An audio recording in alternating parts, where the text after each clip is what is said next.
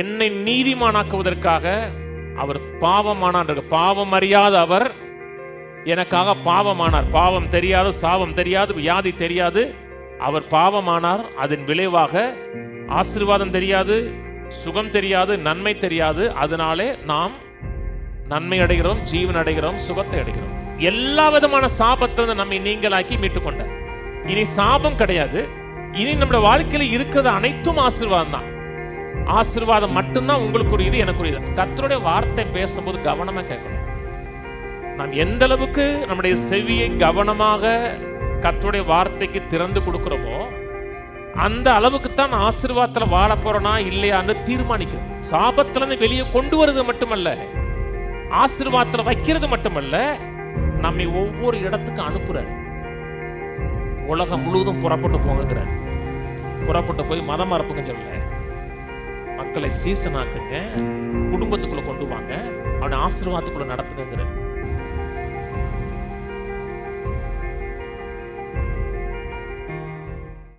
கலாத்தியர் 3 போவோம்.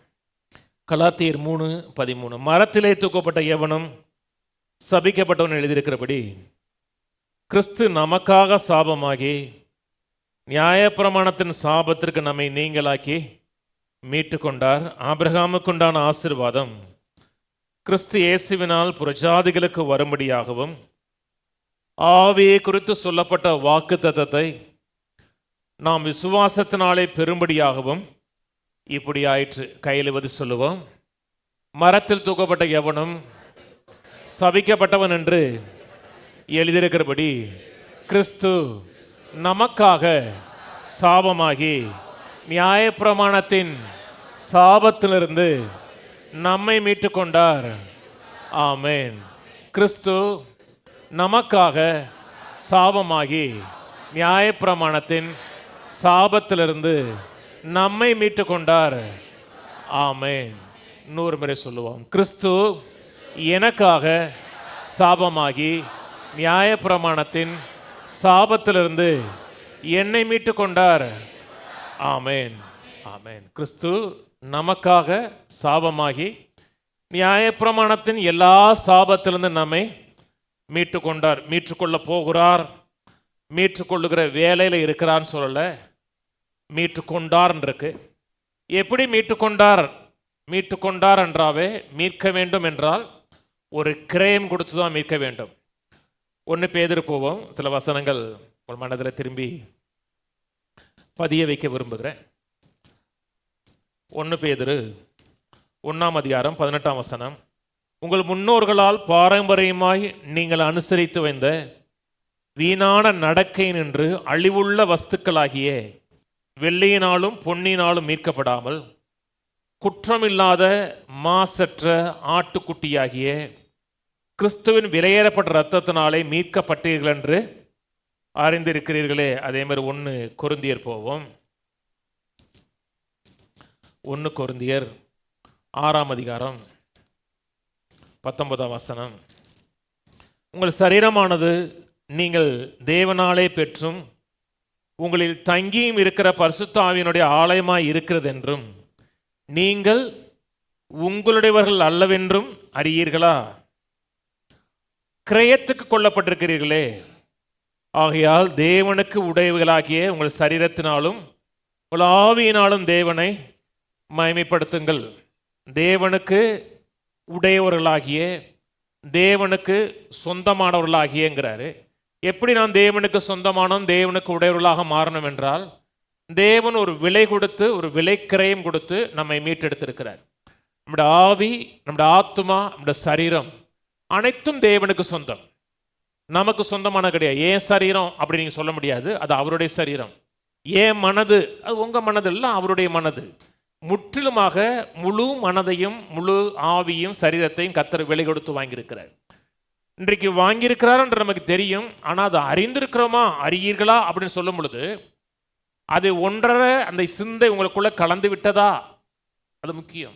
ஆதாம் ஏவாளை அறிந்தார் என்றால், ஆமாங்க எனக்கு ஏவாள் தெரியுங்க, பக்கத்து இருப்பில் தான் அப்படின்னு சொல்கிறது கிடையாது. அவங்களுக்குள்ள ஒரு இன்டிமேட் ரிலேஷன்ஷிப். அறியீர்களான்னு சொல்லும் பொழுது சத்தியத்தை குறித்த ஒரு ஆழமான அறிவு உங்களுக்கு இருக்கிறதாங்கிறார்.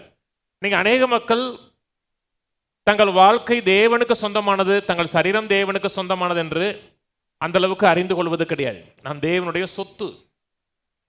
தேவனுடைய சொத்துங்கிறதுனால அது தேவன் ரொம்ப மட்டமான முறையில், கீழான முறையில் நடத்துவது கிடையாது. ஒரு ப்ராப்பர்ட்டிங்கிற மாதிரி நடத்துறது கிடையாது. அது மேலான விதத்தில், உயர்ந்த விதத்தில் விலையேறப்பட்டதாய் பார்க்கிறார்.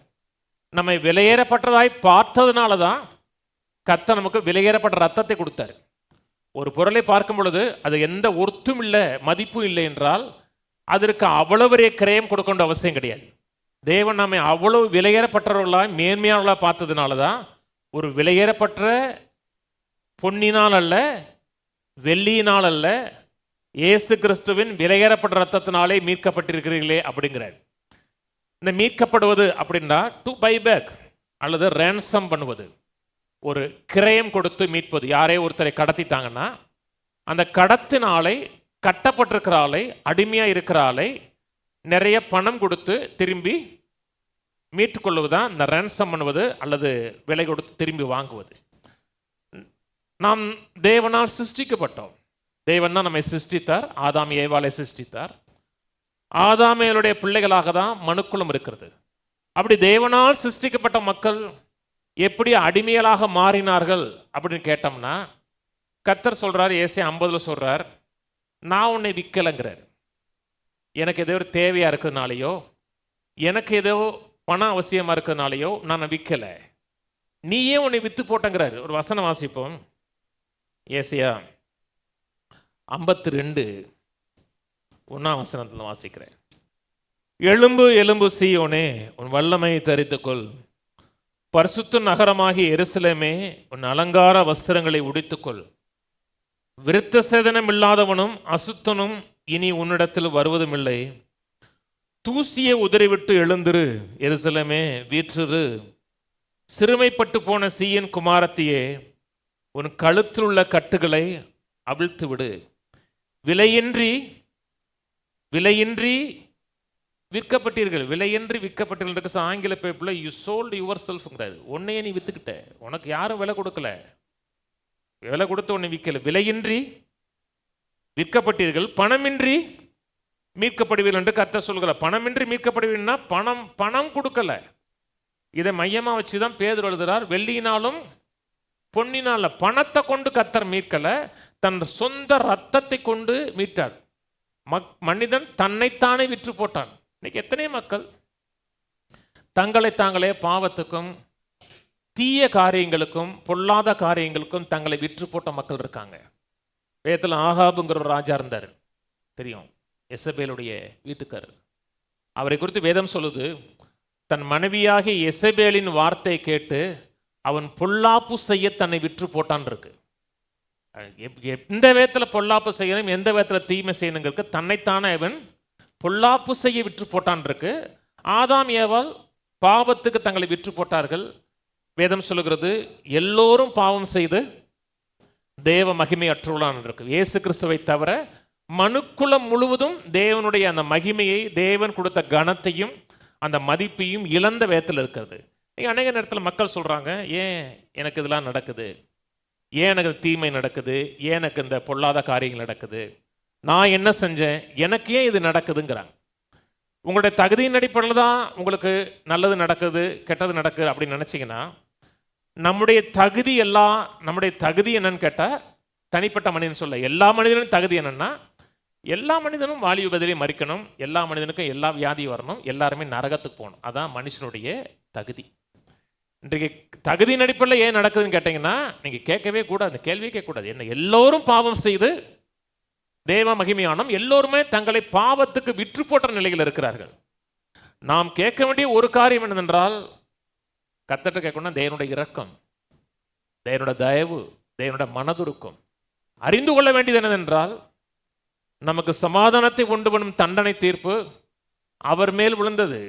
என்னை நீதிமானாக்குவதற்காக அவர் பாவமானார். பாவம் அறியாத அவர் எனக்காக பாவமானார். பாவம் தெரியாது, சாபம் தெரியாது, வியாதி தெரியாது, அவர் பாவமானார். அதன் விளைவாக ஆசீர்வாதம் தெரியாது, சுகம் தெரியாது, நன்மை தெரியாது. அதனாலே நாம் நன்மை அடைகிறோம், ஜீவன் அடைகிறோம், சுகத்தை அடைகிறோம். என்னாகும் நடந்த சம்பவத்தை உபாகம் 23 மோசே சொல்லும் பொழுது கர்த்தர் உங்கள் சாபத்தை ஆசீர்வாதமாக மாற்றினாருங்கிறார். என்ன 23 அந்த பிழையாம் சபிச்சார் பார்த்தீங்களா? அந்த சாபத்தை சொல்லும்போது என்னாகும் உபாகம் 23:5 அந்த சாபத்தை கர்த்தர் ஆசீர்வாதமாக மாற்றினார். இன்னைக்கு நம்ம சபிக்கப்பட்ட நிலையில் இல்லை. மரத்தில் தூக்கப்பட்ட எவனும் சபிக்கப்பட்ட நிலையில் இருக்கபடி கிறிஸ்து நமக்காக சாபமாகி எல்லா விதமான சாபத்தை நம்மை நீங்களாக்கி மீட்டுக்கொண்டார். இனி சாபம் கிடையாது. இனி நம்முடைய வாழ்க்கையில் இருக்கிறது அனைத்தும் ஆசீர்வாதம் தான். ஆசீர்வாதம் மட்டும்தான் உங்களுக்குரியது, எனக்குரியது. அதான் நீங்க பேச போறேன்.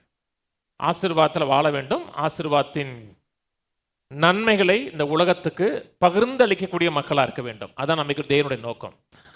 எல்லா கிறிஸ்தவர்களும் ஆசீர்வாதமாக இருக்கிறார்களா, ஆசீர்வாதத்தில் வாழுகிறார்களான்னு கேட்டோம்னா கிடையாது. ஆசீர்வதிக்கப்பட்ட மக்கள் அவருடைய தலையின் மேலே ஆசீர்வாதம் இருக்கிறது அப்படின்னு வேதம் சொல்லுகிறது. கர்த்தருடைய ஆசீர்வாதம் ஜனத்தின் மேல் இருப்பதாக. ஆசீர்வாதம் ஜனத்தின் மேல் இருக்குது.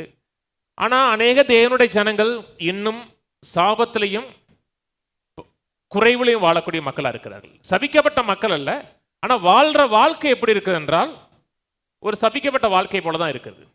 ஏன் அப்படி இருக்குது என்றால் சில காரணங்கள் சொல்கிறேன். நிறைய காரணங்கள் இருக்கும், சில காரணம் மேலோட்டமாக சொல்கிறேன். ஒரு காரியம், நான் மீட்கப்பட்டிருக்கிறேன் என்பதை அவர்கள் அறிந்து கொள்ளாமல் இருக்கலாம். அதை குறித்த ஒரு போதுமான அறிவில்லாமல் இருக்கலாம். வேதம் சொல்லுகிறது என் ஜனங்கள் அறிவில்லாமல் அழிந்து போகிறாள் இருக்கு. மேலோட்டமான அறிவு இருக்கலாம். ஆமாங்க, கிறிஸ்து எனக்காக சிலுவையில் மரிச்சாருங்க அப்படின்னு மேலோட்டமான அறிவு இருக்கலாம். நான் சொல்லுகிறது ஒரு மேலோட்டமான ஒரு மென்டல் நாலேஜ் கிடையாது. மனதறிவில் ஒரு காரியத்தை அங்கீகரிப்பது கிடையாது. இந்த எண்ணமும் சிந்தையும் அறியீர்களாங்கிறார் பார்த்தீங்களா? அறியீர்கள் என்றால் உங்களோட சப்கான்சியஸ் மைண்டுக்குள்ளே போகணும். அறியீர்களான்னு சொல்லும் பொழுது என்னுடைய எண்ணத்தில் சிந்தையில் நான் மீட்கப்பட்டிருக்கிறேன், நான் சபிக்கப்பட்டவன் கிடையாது என்கிற எண்ணம் இருக்கணும். ஒருவேளை நீங்கள் பாவம் செஞ்சிருந்தால் கூட, ஒருவேளை தேவனுக்கு விரோதமாக ஏதோ ஒரு காரியங்கள் செய்திருந்தால் கூட நீங்கள் சாபத்தில் வாழ வேண்டிய அவசியம் கிடையாது. என்றால் கிறிஸ்து நமக்காக சாபமானார். அது நீங்கள் அதை படித்து பார்த்தீங்கன்னா கலாத்தியர் 3 அழகாக எழுதியிருப்பார். நியாயப்பிரமாணத்தின் கிரியைக்கார யாவரும் சாபத்துக்கு உட்பட்டிருக்கிறார்கள். நியாயப்பிரமாணத்தின் அடிப்படையில் தங்களை நீதிமானாக்க, தேவனுக்கு முன்பாக நீதிமானாக நிறுத்திக் கொள்ள விரும்புகிற அனைவரும் சபிக்கப்பட்டிருக்கிறாருங்கிறாரு. ஆனால் விசுவாச மார்க்கத்தார் யாவரும் விசுவாசம் உள்ள ஆபிரகாமுடனே ஆசீர்வதிக்கப்படுகிறாருங்கிறாரு. சொன்னது புரியுதுங்களா? அக்கா உபச்சாரம் பண்ணுங்க, வேசித்தனம் பண்ணுங்க சொல்லலை. ஏதோ ஒரு விதத்தில் விழுந்துட்டீங்க அப்படின்னா கூட சாபம் உங்களுக்குரியதல்ல. ஏனென்றால் நீங்க சாபத்திலிருந்து கர்த்தர் உங்களை விலை கொடுத்து மீட்டெடுத்திருக்காரு. இது முதல் காரியம். ரெண்டாவது காரியம், மக்கள் ஏன் அந்த ஆசீர்வாதத்தில் வாழல்னா, ரெண்டாவது காரியம் அது குறித்த போதுமான அளவுக்கு விசுவாசம் இல்லாமல் இருக்கலாம். அது குறித்த ஒரு மேலோட்டமான அறிவு இருக்குது மட்டுமல்ல. விசுவாசங்கிறது ஒரு காரியத்தை சொந்தமாக மாறாட்டுகிறது, அபகரிக்கிறது, எனக்குரியது என்று அபகரிக்கிறது. பார்ப்பதற்கு ஒரு ஆசீர்வதிக்கப்பட்ட மனிதனை போல, ஒரு நிறைவாக வாழக்கூடிய மனிதனை போல இல்லாமல் இருக்கலாம். அப்படி இருந்தாலும் நான் ஆசீர்வதிக்கப்பட்டவன் என்று விசுவாசிக்கணும். விசுவாசங்கிறது தரிசித்து நடப்பது கிடையாது. விசுவாசங்கிறது தேவனோட வார்த்தை என்ன சொல்லுகிறதோ அது விசுவாசிப்பது. நானும் கையில் காசு இல்லாமலாம் வாழ்ந்திருக்கேன். ஒரு காலத்தில் சுத்தமாக காசு இல்லாமல் வாழ்ந்திருக்கேன். அப்படி காசு இல்லாத காலத்தில் கூட என்னை நான் தரித்திரனா ஒரு நாள் கூட பார்த்தது கிடையாது. நான் சொன்னது புரியும். ஒரு நாள் கூட நான் ஏழை, நான் தரித்திரன் என்று என் மனதில், எண்ணத்தில், சிந்தையில் வந்ததே கிடையாது. ஒரு நாள் கூட வந்தது கிடையாது. அதிலிருந்து வெளியே வரணும், தரித்திர சாபத்திலிருந்து வரணும் என்றால் நான் கட்டப்பட்ட நிலையில இருந்தால் கூட நான் கட்டப்பட்டவன் அல்ல என்பதை நீ விசுவாசிக்கணும். நான் சொன்னது புரியுதுங்களா? விசுவாசங்கிறது எப்பவுமே உணர்ச்சியை சார்ந்தது கிடையாது. இல்லைங்க, நான் அப்படிலாம் நிறைய வந்துருச்சு, கையில் காசு பொருள்லாம் வந்துருச்சுன்னா நான் விசுவாசிக்க போறேன், இதுல என்ன கஷ்டம்? அது விசுவாசமே கிடையாது. விசுவாசங்கிறது உணர்ச்சியை சார்ந்தது கிடையாது. விசுவாசங்கிறது ஒரு காரியத்தை பார்ப்பதற்குன்பாகவே விசுவாசிப்பது, அப்புறம் அது வாயை திறந்து பேசுவது. நான் சொன்னது புரியுதுங்களா? முதல்ல விசுவாசிக்கணும், அப்போ வாயை திறந்து பேசணும். வேதம் சொல்லி இல்லாததை இருக்கிறதை போல அழைக்கணும்னு சொல்லுது. கடன் இருக்கு, நிறைய கடன். சில மக்களுக்கு பணத்தை நிர்வாகம் பண்ண தெரியாது. உங்கள் கையில் கர்த்தர் பணத்தை கொடுக்கணும்னா முதல்ல பணத்தை உங்களால் நிர்வாகம் பண்ண தெரியணும். 1 கோடி கையில் கொடுத்துருக்கிறாருன்னா சிலர்லாம் பார்த்தோம்னா தங்கரா தங்கரா தங்கரா தங்கரான்னு குதிச்சுட்டு அப்புறம் ஓரம் நின்றுவாங்க. அவங்களுக்கு வந்து பணத்தை நிர்வாகம் பண்ண தெரியாது. ஒரு கடன் அடைக்கிறதுக்கு இன்னொரு கடன், இன்னொரு கடன், இன்னொரு கடன், இன்னொரு கடன், ஊர் முழுக்க கடன், அதுக்கப்புறம் அப்ஸ்கண்ட் ஆகிறது. அப்படி கடனே இருக்கும் வாழ்க்கை. கடனை அடைக்க முடியாத அளவுக்கு கடன் இருந்தா கூட உங்க மனதில் எண்ணத்தில் சொல்லுங்க, நான் பணக்காரன், இந்த கடன் எல்லாம் அடைத்து கடன்ல இருந்து நான் வெளியே வருவேன் என்கிற ஒரு விசுவாசம் இருக்கணும். நான் சொன்னது புரியுதுங்களா? முதல்ல ஒரு அதை குறித்த அறிவு இருக்கணும். ரெண்டாவது காரியம், அதை குறித்த விசுவாசம் இருக்கணும். பார்ப்பதற்கு அப்படி இல்லைன்னா கூட நான் விசுவாசமா, நான் தேவனோட வார்த்தையின் அடிப்படையில், தேவன் என்ன சொல்றாரு அடிப்படையில் இருக்கிறேன். வியாதியே இருந்தா கூட நான் வியாதியஸ்தன் அல்ல, நான் சுகமானவன். டாக்டர் ரிப்போர்ட் என்ன சொன்னாலும் அது இல்லை, இது சொல்லுச்சுன்னா நான் விசுவாசத்தில் வாழ ஆரம்பிக்கிறேன்னு அர்த்தம். மூணாவது காரியம், ஏன் மக்கள் லீகலா அவர்கள் ஆசீர்வதிக்கப்பட்டவர்கள், ஆனா அனுபவத்தில் ஏன் அப்படி இல்லை? மீட்கப்பட்ட ஜனங்கள், சாபத்திலிருந்து மீட்கப்பட்ட ஜனங்கள் ஏன் இல்லைன்னா, சில மக்கள் டெலிபரேட்டா கீழ்ப்படியாமல் வாழ்வாங்க. அதாவது டெலிபரேட் டிஸ்ஒபீடியன்ஸை வாழ்றது. நீங்க தொடர்ந்து கீழ்ப்படியாமலே வாழுகிறீர்கள் என்றால் சாபத்தை நீங்க உள்ள கொண்டு வந்துருவீங்க. சாபம் நீங்க கிடையாது, ஆனா சாபத்தை நீங்க உள்ள இழுத்துருவீங்க. கீழ்ப்படியாமைங்கிறது பிசாசுக்கு இடம் கொடுக்கிறது. அதான் தேவனுக்கு கீழ்ப்படிந்திருங்கள், பிசாசு ஏத்தல், பிசாசுக்கு இடம் கொடுக்கிறது. பிசாசுக்கு இடம் கொடுத்தோம்னா அவன் வேலையை அவன் செய்வான், திருடவும் அழிக்கவும் கொல்ல வருவான். சொன்னது புரியுதுங்களா? பிரதானமான காரியம் என்ன? நாம் கட்டாயம் ஆசீர்வதிக்கப்பட்டவர்கள், ஆசீர்வாதத்தில் வாழ வேண்டிய மக்கள் எல்லாருமே. நான் சொல்றது எல்லாருமே இல்லைங்க. நான் எப்படிப்பட்ட பாவின்னு உங்களுக்கு தெரியாது, எப்படிப்பட்ட கொடுமையான காரியங்களை செய்தேன்னு உங்களுக்கு தெரியாது. நீங்கள் எப்படிப்பட்ட பாவியாக இருந்தாலும் சரிதான், எப்படிப்பட்ட கொடுமையான காரியங்களை செய்தாலும் சரிதான், உங்களுடைய பாவத்தை பார்க்கலும் உங்களுக்கு கழிவின ரத்தத்தின் வல்லமை அதிகம், உங்களுக்கு கொடுக்கப்பட்ட கிரயத்தினுடைய மதிப்பு அதிகம். அதனால் என்ன நடந்துச்சு ஏது நடந்துச்சு நினைக்காம நான் ஆசீர்வதிக்கப்பட்டவன் நினைங்க. அதை குறித்த சிந்தையை வளர்த்துக் கொள்ளுங்க. இன்னொரு காரியம், ஒருவேளை நீங்கள் சில பாவம் செஞ்சுருக்கலாம். பாவம் செஞ்சிருந்தா கூட அந்த பாவத்தை நீங்கள் வியாதியை கொண்டோ தரித்திரத்தை கொண்டோ அடைக்க வேண்டிய அவசியம் கிடையாது. மக்களுடைய மனதில் என்ன இருக்குது? சில விரும்பத்தகாத சம்பவங்கள் நடக்கும் பொழுது நம்ம செஞ்ச பாவத்தினாலேயோ, நம்ம கர்த்தருக்கு பிரியமில்லாத சில காரியம் நடந்ததுனாலேயோ இப்படி நடக்குதோ, அது நம்ம இதை அனுபவிச்சு தான் அதை தீக்கணுமோ அப்படின்னு நினச்சிங்கன்னா உங்களுக்கு மீட்பு விளங்கலைன்னு அர்த்தம். நான் சொன்னது புரியுதுங்களா? உங்கள் வாழ்க்கையில் என்ன காரியங்கள் நடந்தாலும் அதன் விளைவாக கர்த்தர் உங்களுக்கு சாபத்தை கொடுத்து தண்டனையை கொடுத்து உங்களை சீர்படுத்துவது கிடையாது. வாசிப்போம், உபாகம் போவோம். உபாகம் 28 தான் இந்த ஆசீர்வாதத்தை குறித்து சாபத்தை குறித்து பேசுகிறார். அதுக்கு முன்னாடி லேவியராகமம் 26 இதை குறித்து பேசுகிறார். ஆசீர்வாதத்தை குறித்தும் சாபத்தை குறித்தும் பேசுகிறார். 28 முதல் வசனம் மட்டும், முதல் 2 வசனம் படிப்போம். இன்று நான் உனக்கு விதிக்கிற உன் தேவனாய கர்த்தருடைய கட்டளையின்படியெல்லாம் செய்ய நீ கவனமாய் இருக்கும்படிக்கு அவர் சத்தத்திற்கு உண்மையாய் செவி கொடுப்பாயானால் உன் தேவனாய கர்த்தர் பூமியில் உள்ள சகல ஜாதிகளில் உன்னை மேன்மையாக வைப்பார். நீ உன் தேவனாய கர்த்தரின் சத்தத்துக்கு செவி கொடுக்கும் பொழுது எப்பொழுது சொல்லப்படும் ஆசீர்வாதங்கள்லாம் உண்மையில் வந்து உனக்கு பலிக்கும். செய்யணும், அப்புறம் செவி கொடுக்கணுங்கிறாரு. இன்னைக்கு நமக்கு அதாவது 10 கற்பனைகளையும் கட்டளைகளையும் நியமங்களையும் நாம் செய்வது கிடையாது. அதாவது என்னுடைய கீழ்ப்படிதனால ஆசீர்வாதம் வருவது கிடையாது, கிறிஸ்துவுடைய கீழ்ப்படிதனால எனக்கு ஆசீர்வாதம் உண்டாயிருக்கிறது. கவனிங்க, அந்த ஆசீர்வாதம் என்னை கீழ்ப்படிய வைக்கிறது. கவனிச்சுவாங்க, முக்கியமான காரியம். ஆனால் ஒரு காரியம், நான் ஆசீர்வாதத்தில் வாழணும் என்றால் கர்த்தருடைய வார்த்தைக்கு நான் கவனமாக செவி கொடுக்கணும். இது வந்து பிரின்சிபல், இது மாறாது. இது பழைய ஏற்பாட்டில் தான் இருக்கான்னு கேட்டால் புதிய ஏற்பாட்டில் இருக்கு. யாக்கோபு சொல்றார், வாசிங்களேன், யாக்கோபு 1:22. அல்லாமலும் நீங்கள் உங்களை வஞ்சியாதபடிக்கு திருவசனத்தை கேட்கிறோம் மாத்திரமல்ல அதன்படி செய்கிறோம்லாம் இருங்க. கேளுங்க, அப்புறம் கேட்டதை செய்யுங்கிறார். அதாவது இன்னைக்கு நம்ம 10 கற்பனை, பழி செலுத்துறது, நியமங்கள் அதன் அடிப்படையில் இல்லை, சுயாதீன பிரமாணமாகிய பூரண பிரமாணத்தை. பழைய ஏற்பாட்டு பிரமாணங்கிறது சுயாதீன பிரமாணம் கிடையாது. அது என்னது? அடிமை பிரமாணம். அது கலாத்தியர் சொல்லும் பொழுது அதை நம்மை அடிமைத்தனத்துக்கு உட்படுத்தினதுங்கிறார். இது அடிமை பிரமாணம் கிடையாது. சுயாதீன பிரமாணத்தை உற்று பார்த்து அதிலே நிலைத்திருக்கிற 25, அதில் நிலைத்திருக்கிறவனே கேட்கிறதை மறக்கிறவனாயிராமல் அதற்கேற்ற கிரியை செய்கிறவனா இருந்து தன் செய்கையிலே பாக்கியவனா இருப்பான். நம்ம இன்னைக்கு 10 கற்பனைகளை கேட்டு செய்கிறதை குறித்து பேசல. ஆனா கர்த்தருடைய வார்த்தை பேசும்போது கவனமா கேட்கணும்.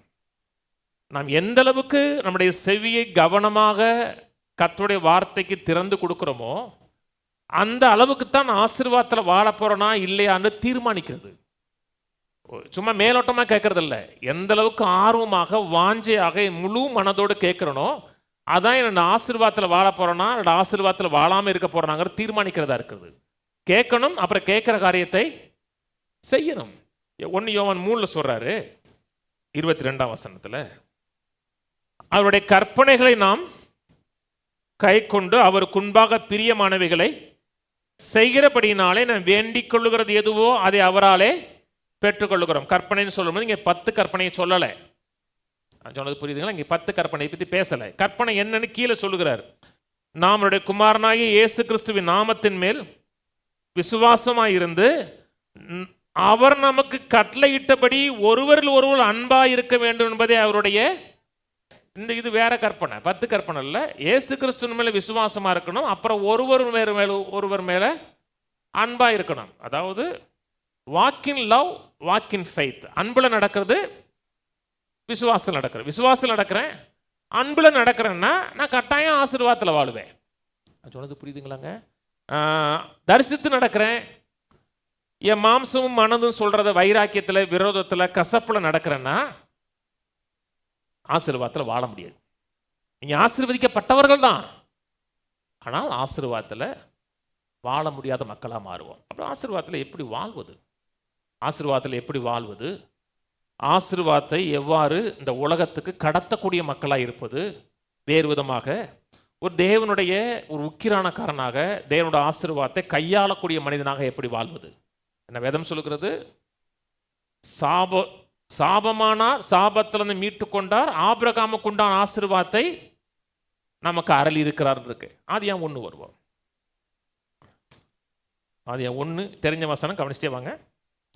26ஆம் வசனத்தில், பின்பு தேவன் நமது சாயலாகவும் நமது ரூபத்தின்படியே மனுஷனை உண்டாக்குவோமாக, அவர்கள் சமுத்திரத்தின் மச்சங்களையும் ஆகாயத்து பறவைகளையும் மிருக ஜீவன்களையும் பூமி அனைத்தையும் பூமியின் மேல் ஊறும் சகல பிராணிகளையும் ஆளக்கடவர்கள். மனிதனை கர்த்தர் படைச்ச உடனே ஒரு டொமினியனா, ஒரு சாவரின் ரூலராக, ஆளுகிறவனாக, சகலத்தையும் கட்டுப்படுத்துகிறவனாக அவனை படைக்கிறார். அதாவது அவரை போலவே அவருடைய ரெப்ளிகாவாக, அவருடைய சாயலாக மனிதனை படைத்து அவர் எப்படி ஆளுகிறாரோ அதே போல மனிதனையும் ஆளும்படியா வைக்கிறார். அதை எப்படி செய்கிறார்? 28, பின்பு தேவன் அவர்களை நோக்கி, நீங்கள் பலுகி பெருகி பூமியை நிரப்பி அதை கீழ்ப்படுத்தி சமுத்திரத்தின் மச்சங்களையும் ஆகாயத்து பறவைகளையும் பூமியின் மேல் நடமாடுகிற சகல ஜீவ ஜந்துக்களையும் ஆண்டு கொள்ளுங்கள் என்று சொல்லி தேவன் அவர்களை ஆசீர்வதித்தார். எந்த வல்லமையை கொண்டு தேவன் சிருஷ்டித்தாரோ அதே வல்லமை அவர் மேல பேசுறார். கர்த்தர் எப்படி சிருஷ்டித்தார்? வார்த்தையை பேசினார். தேவன் பேசுகிற ஒவ்வொரு வார்த்தையும் ஆசீர்வாதம். தேவன் ஒரு வார்த்தை உங்களை நோக்கி பேசுகிறார் என்றால் அது ஆசீர்வாதம். ஆசீர்வாதங்கிற வார்த்தையே கிரேக்க மொழியில் ஈலோகியாங்கிற வார்த்தை, ஈலோகியான்னா நல்லதை பேசுன்னு அர்த்தம். தேவன் நம்மை பார்த்து ஒரு வார்த்தை பேசுறார் என்றால் அது ஆசீர்வாதம். எந்த வல்லமை கொண்டு சிருஷ்டித்தாரோ அதே வல்லமை கொண்டு அவர்களை ஆசீர்வதிக்கிறார். அது மட்டுமல்ல, அந்த வல்லமையை கையாளக்கூடிய வல்லமை அவர்கள் கொடுக்கிறார். கவனிக்கிறீங்க? திரும்பி ஆதியாகமம் 2ஆம் அதிகாரத்தில் மனுஷனை எப்படி படைச்சார்ன்னு இருக்கு. மண்ணிலிருந்து எடுக்கிறார், அவன் மேலே ஊதுகிறார், அவன் ஜீவ ஆத்துமாவானான் இருக்கு. சில நானும் படித்தேன், ஒரே ஒரு பைபிள் இங்கே ஒரு நெட்டில் இருக்கு ஓரமாக. சில சொல்கிறாங்க மேன் பிகேம் ஏ ஸ்பீக்கிங் ஸ்பிரிட்னு சில சொல்கிறாங்க. மனிதன் பேசக்கூடிய ஆவி உள்ளவனாக இருக்கான் இருக்கு. இன்னைக்கு உலகத்தில் எத்தனை ஜீவராஜிகள் இருந்தாலும் மனிதன் மட்டும்தான் சிந்தித்து பேசுவான். உன்னை உருவாக்குவதற்காக பேசுவான். கிளிட்ட ஒன்று சொன்னீங்கன்னா, சொல்லி கொடுத்தீங்கன்னா அது பேசும். அது சிந்திச்சு பேச நீங்கள் சொல்லிக் கொடுத்தே பேசும். மனிதன் மட்டும்தான் உன்னை டொமினியன் பண்ணுவதற்காக, ஆளுவதற்காக மனிதனை கர்த்தர் படைச்சிருக்கிறார். படைச்சு அவரை போல வாழ்வதற்கு பேசக்கூடியவன் நான் படைச்சிருக்க. கவனிச்சவாங்க, எபேசியர் திருப்போம். மனிதனை படைக்கிறார், எந்த வல்லமையை கொண்டு சிருஷ்டித்தாரோ அதே வல்லமையை அவன் மேலே வைக்கிறார், அல்லது பேசக்கூடிய வல்லமையை அவன் மேலே வைக்கிறார். எபேசியர் 5:1. ஆதலால் நீங்கள் பிரியமான பிள்ளைகளைப் போல தேவனை பின்பற்றுவர்களாகி, பிரியமான பிள்ளைகளைப் போல தேவனை பின்பற்றுவர்களாகி. இது amplified Bible. Therefore be imitators of God, copy him and follow his example. As well-beloved children, imitate their father. உங்களுடைய அப்பாவை அப்படியே இமிட்டேட் பண்ணுங்க, காப்பி பண்ணுங்க, அவருடைய எக்ஸாம்பிளை ஃபாலோ பண்ணுங்கன்னு இருக்கு. அது என் 1ஆம் இடத்துல கர்த்தர் சொன்னது அதான். நான் எப்படி செயல்படுகிறேனோ, எப்படி பேசுகிறேனோ, எப்படி ஆளுகை செய்கிறேனோ, கட்டுப்படுத்துகிறேனோ, அதே போல் நான் உன்னை படைக்கிறேங்கிறேன். இன்றைக்கி நாம் எப்படி வாழுகிறோமோ இந்த லெவலில் இருந்து கர்த்தர் நம்மை வேற லெவலில் வாழும்படியாக விரும்புகிறார். இன்றைக்கி நம்ம மீட்கப்பட்டிருந்தால் கூட மீட்கப்பட்ட ஜனங்களைப் போல நம்ம வாழ்வது கிடையாது. நம்முடைய லைஃப்ங்கிறது இந்த உலக மனிதர்கள் எப்படி வாழ்கிறார்களோ அந்த விதத்தில் நாம் வாழுகிறோம். அது புரியுதுங்களா? ஆனால் மீட்கப்பட்ட ஜனங்களாக இருக்கிற நாம் இன்னொரு டைமென்ஷனில் வாழ வேண்டும் விரும்புகிறார். இந்த உலகத்தில் நம்ம வாழ்கிற வாழ்க்கை 3 டைமென்ஷனில் தான் வாழ்கிறோம் தானே. அதாவது டைம், ஸ்பேஸ், மேட்டர், இதுக்குள்ளே தான் இந்த உலகம் இருக்குது. அப்படின்னா என்னன்னு கேட்டிங்கன்னா, ஒரு ஃபிசிக்ஸ் டீச்சரை பார்த்து கேளுங்க, அவங்களுக்கு சொல்லிக் கொடுப்பாங்க. டைம், ஸ்பேஸ், மேட்டர், அதுக்குள்ளே தான் இந்த உலகம் இருக்கிறது. அதுதான் 3 டைமென்ஷன். நம்முடைய பார்வையே இந்த முப்பரிமாணம் சொல்கிறாங்க இல்லைங்களா, முப்பரிமாணத்துக்குள்ளே தான் நம்ம வாழ்கிறோம். தேவன் நம்மை வாழ விரும்புவது முப்பரிமாணத்துக்குள்ள கிடையாது. தேவன் நம்மை 4th டைமென்ஷனில் வாழ விரும்புகிறார். 4வது பரிமாணம் ஒன்று இருக்கிறது. 4வது பரிமாணங்கிறது தேவனுடைய பார்வையை கொண்டு பார்ப்பது, தேவனை போல செயல்படுவது. வாசிப்போம் ஏசாயா 51. தேவன் எப்படி செயல்படுகிறார், எப்படி நம்மை செயல்பட வேண்டும் விரும்புகிறார்னு காமிக்கிறேன். ஏசாயா 51:16. நான் வானத்தை நிலைப்படுத்தி பூமியை அஸ்திபாரப்படுத்தி சீயோனை நோக்கி நீ என் ஜனம் என்று சொல்வதற்காக நான் என் வார்த்தையின் வாயிலே அருளி. நீ என் ஜனம் என்று சொல்வதற்காக, நீ தான் என் ஜனம் அப்படின்னு சொல்வதற்காக நான் என் வார்த்தை உன் வாயில வைக்கிறேங்கிறார். நான் சொன்னது புரியுதுங்களா? வானத்தை நிலைப்படுத்துகிறேன், பூமியை அஸ்திபாரப்படுத்தி சீயோனின் சொல்ல தேவ ஜனங்களை நோக்கி நீ என் ஜனம் என்று சொல்வதற்காக நான் என் வார்த்தையை உன் வாயிலே அருளி என் கரத்தில் நிழலினாலே உன்னை மறைக்கிறேன். வானங்கள் சொல்வது ஆங்கில பைபிளில் ஹெவன் போட்டிருக்கு. That I May plant the heavens இருக்கு. நீங்கள் பரலோகத்தில் எதுவுமே செய்ய வேண்டிய அவசியம் கிடையாது. பரலோகத்தில் எல்லாமே முற்றுப்பெற்ற நிலையில் இருக்கிறது. முடிந்த எந்த ஒரு காரியத்தை நீங்கள் ஆரம்பிக்க முடியாது.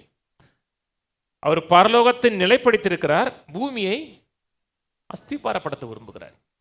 பரலோகத்தில் எந்தெந்த காரியெல்லாம் நிலைநிறுத்தப்பட்டிருக்கிறதோ அவைகள் அனைத்தையும் பூமியில் கொண்டு வரக்கூடிய ஒரு கோ லேபராக கர்த்தர் ஆதாமையும் உங்களையும் என்னை ஏற்படுத்தி வச்சிருக்கிறார்.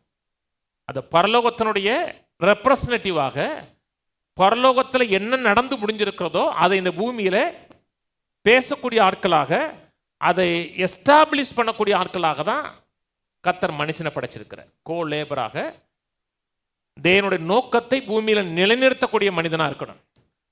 அப்படி தான் ஆதாம் இருந்தார். அதனால சொல்றார் ஆழக்கடவர்கள்ங்கிறாரு. அந்த ஆழக்கடவுதர்களுக்கு தன்னுடைய ஆசீர்வாதத்தை அவர் மேலே வைக்கிறார், அந்த எம்பவர்மெண்ட் அவர் மேலே வைக்கிறார். கவனிக்கிறீங்களா? கவனிச்சிட்டே வாங்க, வெளியே போயிட்டீங்கன்னா ஒன்று விளங்காது.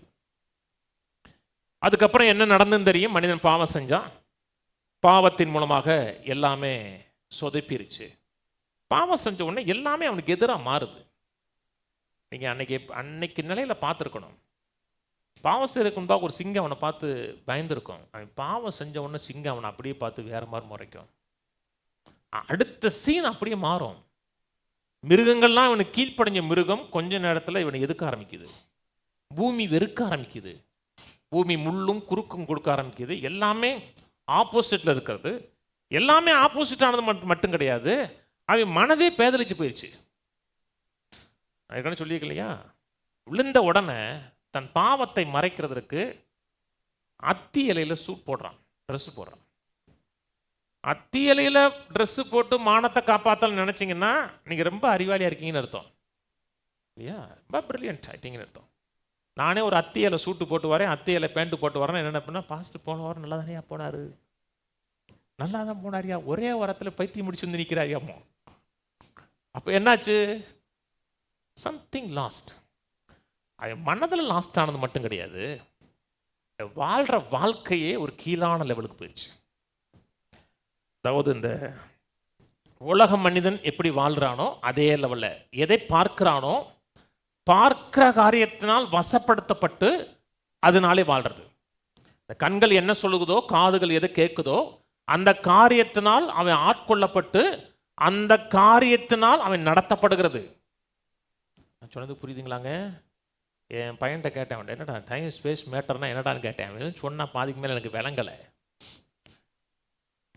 சரிடா, கடவுள் வந்து டைம் ஸ்பேஸ் மேட்டருக்குள்ளே இல்லைடான்னு. இல்லை டைம் ஸ்பேஸ் மேட்டரை உருவாக்குறோம்னா அந்த டைம் ஸ்பேஸ் மேட்டருக்கு வெளியே இருக்கிறவர் தான் டைம் ஸ்பேஸ் மேட்டரை உருவாக்க முடியும்னா அதே பெரிய வெளிப்பாடு தான். நான் சொன்னது புரியுதுங்களா? கர்த்தர் வந்து டைம் ஸ்பேஸ் மேட்டருக்குள்ளே இல்லை, கர்த்தர் வந்து இந்த 4th டைமென்ஷன் இருக்கிறார். என்னங்க 17 8ஆம் வசனத்தில் சம்பவம் தெரியும், சொல்லிட்டு போகிறேன். ஆரோனுடைய தலைமைத்துவத்தை எல்லாருமே எதுக்குறாங்க. ஆரோன் மட்டும்தான் தலைவரா, நாங்களாம் தலைவரா இல்லையா அப்படின்னு சொன்னால் எல்லாருடைய கம்பையும் கொண்டு வாங்க, எல்லாருடைய கோலையும் கொண்டு வாங்க. கோலை கொண்டு வந்து கர்த்தருடைய சமூகத்தில் வைக்கிறாங்க. அடுத்த நாளில் ஆரோனுடைய கம்புன்னு சொல்லும் பொழுது அது பச்சையாக வச்சிருக்க கம்பில் எத்தனையே வெட்டி பல நாள் பயன்படுத்துகிறோம்னா அது காஞ்சு ட்ரையாக இருக்கும். மறுநாள் காலையில் அந்த துளிர்த்திருக்கிறது மட்டுமல்ல, பூத்திருக்கிறது மட்டுமல்ல, கனி காய்க்குது. இதுதான் 4th டைமென்ஷன்.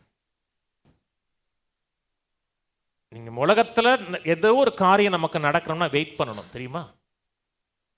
அதை நடணும், தண்ணி ஊற்றணும். ஒரு முருங்கை கொப்பையை வெட்டினீங்கன்னா அதை நீங்கள் வெட்டணும், லைட்டாக 2 நாள் கழித்து லைட்டாக மொக்கு வரும், அப்புறம் தான் இப்போ லைட்டாக வந்து அப்படி வரும்.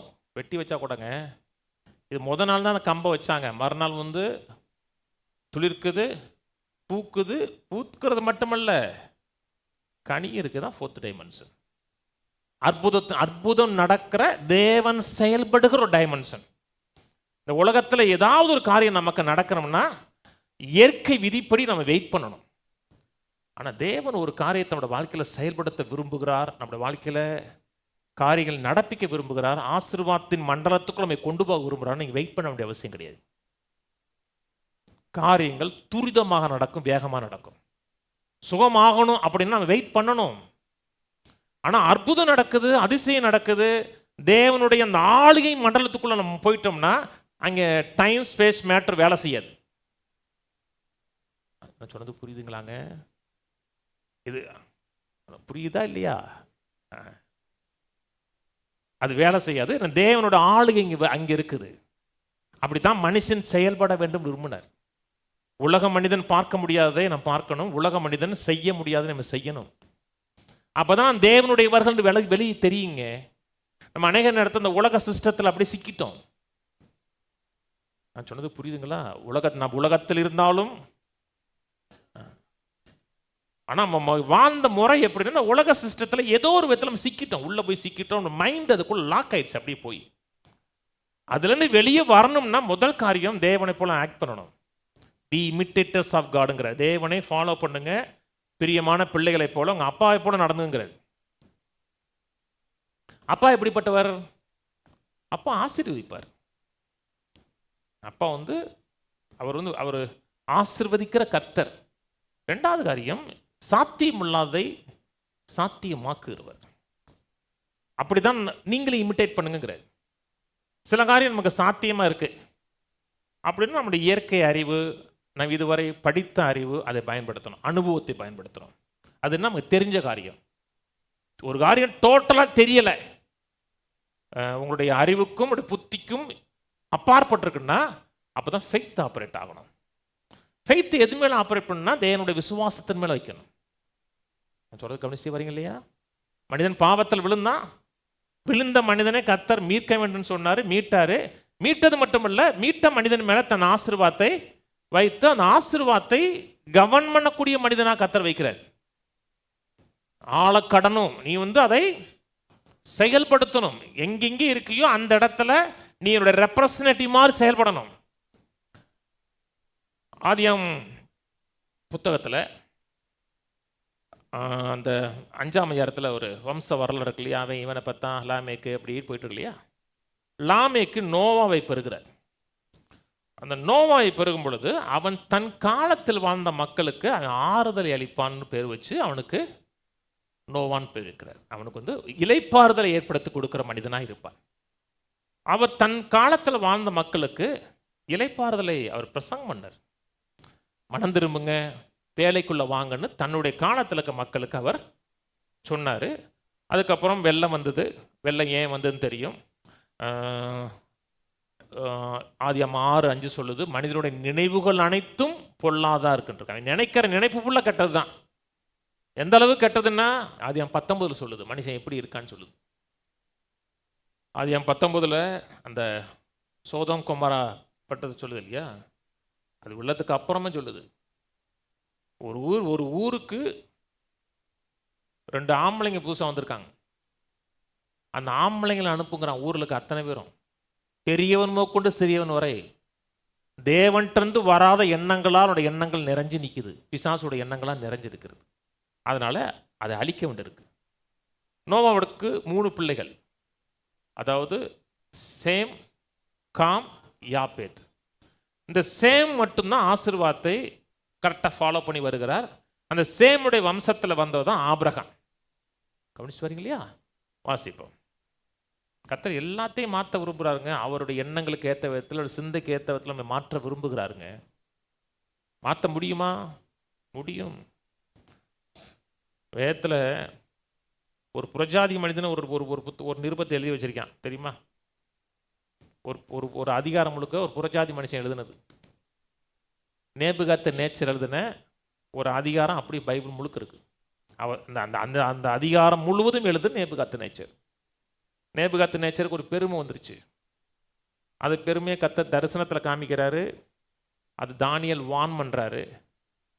ஆனால் அதுக்கப்புறமும் ஒரு பெருமையாக நடக்கிறாரு. அதுக்கப்புறம் அவர் மாட்டை போல் புல்லை மேய்கிறாரு. புல்லை மேய்ஞ்சு திரும்பி புத்தி வருது. புத்தி வரைஞ்ச உடனே எனக்கு புத்தி வந்துச்சுங்கிறாரு. 2 பேருக்கு நமக்கு திரும்பி புத்தி வரணும். நான் சொன்னது புரியுதுங்களா? அந்த ஒரிஜினல் புத்தி வரணும்.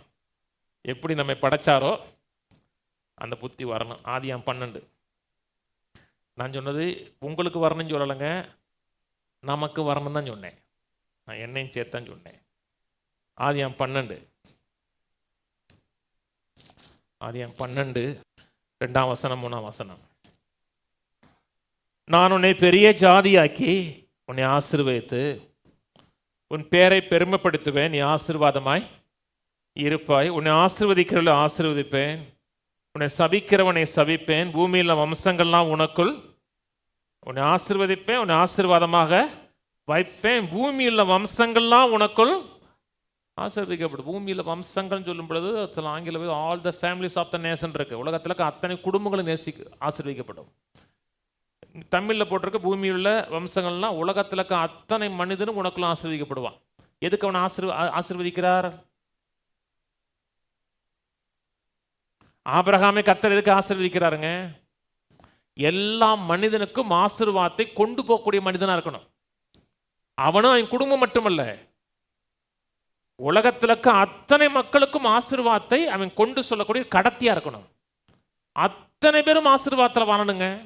நான் சொல்றது ஒருத்தன் இல்லை, எல்லாரும். ஏன்னா அத்தனை பேரும் ஆதாமுடைய பிள்ளைகள். ஆதாமுடைய பிள்ளைகள் அத்தனை பேரும் ஆசீர்வாதமாக இருந்திருக்கணும். பாவம் செஞ்சதுனால மிஸ் ஆயிடுச்சு. திரும்பி கர்த்தர் ஆபிரகாம் எடுத்து உனக்குள் பூமியில் வம்சங்கள் முழுவதும் ஆசீர்வதிக்கப்படும். கலாத்தியர் 3 படிச்சு பார்த்தோம். கிறிஸ்து நமக்காக சாபமாகி நியாயப்பிரமாண சாபத்துக்கு நம்மை நீங்களாக்கி மீட்டுக்கொண்டு ஆபிரகாமுக்கு உண்டான ஆசீர்வாதம் புரஜாதிகளுக்கு வரும்படி அப்படி ஆயிட்டு இருக்கு. 3ஆம் அதிகாரம் 29ஆம் வசனம். கலாத்தியர் 3:29. நீங்கள் கிறிஸ்துவுடையவர்களானால் ஆபிரகாமின் சந்ததிகராகியும் வாக்குத்தத்தத்தின்படி நாம் கிறிஸ்துவுடையவர்கள். அப்படித்தானே? கிறிஸ்துவுக்கு சொந்தமானவர்கள். கிறிஸ்துவுடைய யாரு? கிறிஸ்துவுக்கு சொந்தமானவர்கள். அவருக்கு உடையவர்களாகி நீங்கள் நாருங்க. அப்ப கிறிஸ்துவுக்கு சொந்தமானவர்கள். கிறிஸ்துவுக்கு சொந்தமான ஆபிரகாமுடைய சந்ததி. ஆபிரகாமுடைய சந்ததினா என்ன? அடுத்து சொல்லுங்க. வாக்குத்தத்தத்தின்படி சுதந்திரர். ரோமர் திருப்போம். ரோமர் 4:13ஆம் வசனம். அன்றி உலகத்தை சுதந்தரிப்பான் என்கிற வாக்குத்தத்தம். இதான் சுதந்திரம். உலகத்தை சுதந்தரிப்பான் என்கிற வாக்குத்தத்தம் ஆபிரகாமுக்காவது அவன் சந்ததிக்காவது நியாயப்பிரமாணத்தினால் கிடைக்காமல் விசுவாசத்தினால் வருகிற நீதியினால் கிடைத்தது. நியாயப்பிரமாணத்தை சார்ந்தவர்கள் சுதந்திரவாளிகளானால் விசுவாசம் வீணாய் போகும். வாக்குத்தத்தமும் கர்த்தர் ஆபிரகாமுடைய சந்ததிக்கு ஒரு சுதந்திரம் கொடுக்கிறார். சுதந்திரம் என்ன? உலகத்தை சுதந்திரிப்பான். உலகம் யாருடையது? உலகம் தேவனுடையது. தேவனுடையது ஆதாம் கொடுக்கப்பட்டுச்சு. ஆதாம் திரும்பி மிஸ் பண்ணார். கர்த்தர் திரும்பி மீட்டெடுத்து உங்க மேல ஆசீர்வாதத்தை வைக்கிறார். ஆசீர்வாதத்தை வச்சதுனால என்ன செய்யணும்? இழந்த சுதந்திரம் அனைத்தையும் ரீகெயின் பண்ணணும். பண்ணிட்டோமா? எங்க பண்ணிட்டோம்? ஒன்றும் பண்ணல. எல்லாமே பிசாசு எவன் கையிலேயே சொத்து நிறைவு எல்லாம் இருக்கு. அத்தனையும் திரும்பி நம்ம கைக்கு வரணும். அதுக்காக தான் கர்த்தர் உங்களை என்னை ஆசீர்வதிக்கிறார். சாபத்திலிருந்து வெளியே கொண்டு வருது மட்டுமல்ல, ஆசீர்வாதத்தில் வைக்கிறது மட்டுமல்ல, நம்மை ஒவ்வொரு இடத்துக்கு அனுப்புறார். உலகம் முழுவதும் புறப்பட்டு போங்கிறார். புறப்பட்டு போய் மதம் மறப்புங்கன்னு சொல்லல, மக்களை சீசன் ஆக்குங்க, குடும்பத்துக்குள்ள கொண்டு வாங்க, அவனை ஆசீர்வாதத்துக்குள்ள நடத்துங்கிறார். சொன்னது புரியுதுங்களா? எரேமியா திருப்போம். எரேமியா 29. எரேமியா 29:7 வசனம். நான் உங்களை சிறைப்பட்டு போன பட்டணத்தின் சமாதானத்தை தேடி அதற்காக கர்த்தரை விண்ணப்பம் பண்ணுங்கள்.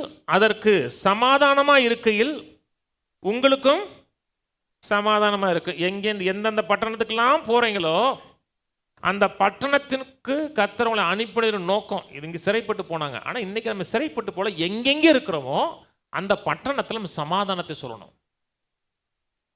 தேவனுடைய சமாதானத்தையும் சொல்லணும், தேவனோட ஆசீர்வாதத்தை அந்த இடத்துல சொல்லக்கூடிய மக்களாக இருக்கணும். கர்த்தர் அதுக்கு தான் வச்சிருக்கிறார். எந்த ஊரில் இருந்தாலும் அந்த ஊரை சபிக்க கூடாது. இதெல்லாம் ஒரு ஊரா அப்படி சொல்லக்கூடாது. இந்த ஊரில் போய் பிறந்திருக்க மாதிரி சொல்லக்கூடாது. நீ எந்த ஊரில் இருந்தீங்களோ அந்த ஊருக்கு சமாதானம் சொல்லுங்கன்னு சொல்லணும். ஊரில் அத்தனை பேரும் போக்கிரி பசங்க. எந்த ஊரில்? அந்த ஊரில் யார் இருக்கா? நீங்களும் இங்கே தான் இருக்கீங்க. அதனால சொல்றத கொஞ்சம் கவனமாக சொல்லுங்க. எந்த ஊரில் இருந்தாலும் அந்த ஊருக்கு விரோதமாக பேசக்கூடாது. அந்த ஊருக்கு சமாதானத்தை பேசணும். ஏசு சொன்னார்.